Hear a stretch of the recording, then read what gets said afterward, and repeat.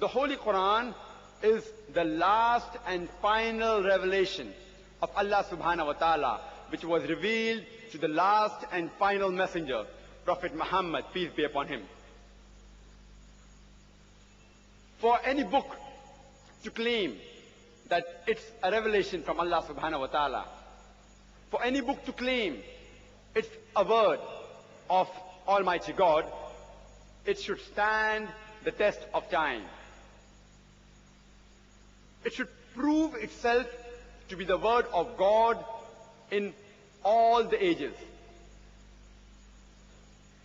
Previously, it was the age of miracles, mu'jiza. A miracle is any unusual event for which the human beings do not have any explanation. It's any unusual event which is attributed to a supernatural power or Almighty God. The Holy Quran is the miracle of miracles. But for a modern man to accept any miracle, he will first analyze and verify it. Alhamdulillah, the Holy Quran proved itself to be a word of God 1400 years ago.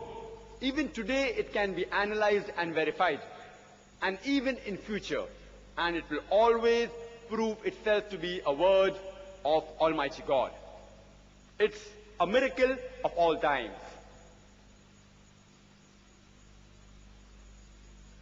Suppose a person says that he has done a miracle. I'd like to give an example of Baba Pilot, who said that he stayed underwater in a tank for 3 days. And when the reporters, when they wanted to examine the base of the tank, he said, "How can you examine the womb of the mother, which gives birth to the child?" And he prevented the reporters from examining the base of the tank. Will a modern man accept such miracles?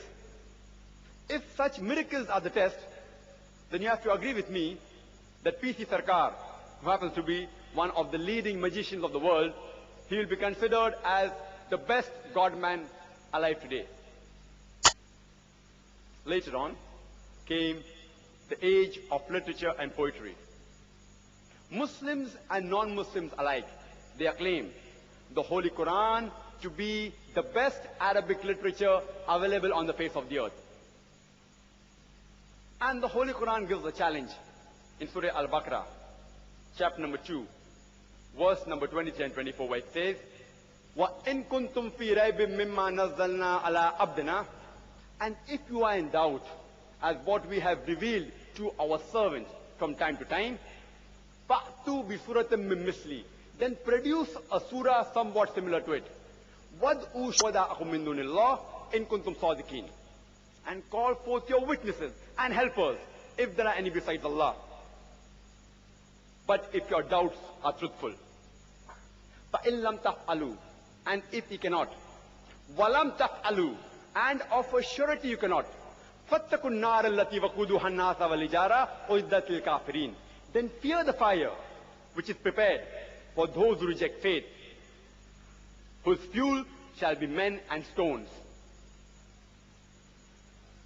For anyone to try and accept this challenge, but natural, the surah they produced should be in Arabic. There are certain surahs with hardly 3 verses, hardly 3 sentences. The surah you produce should be in Arabic.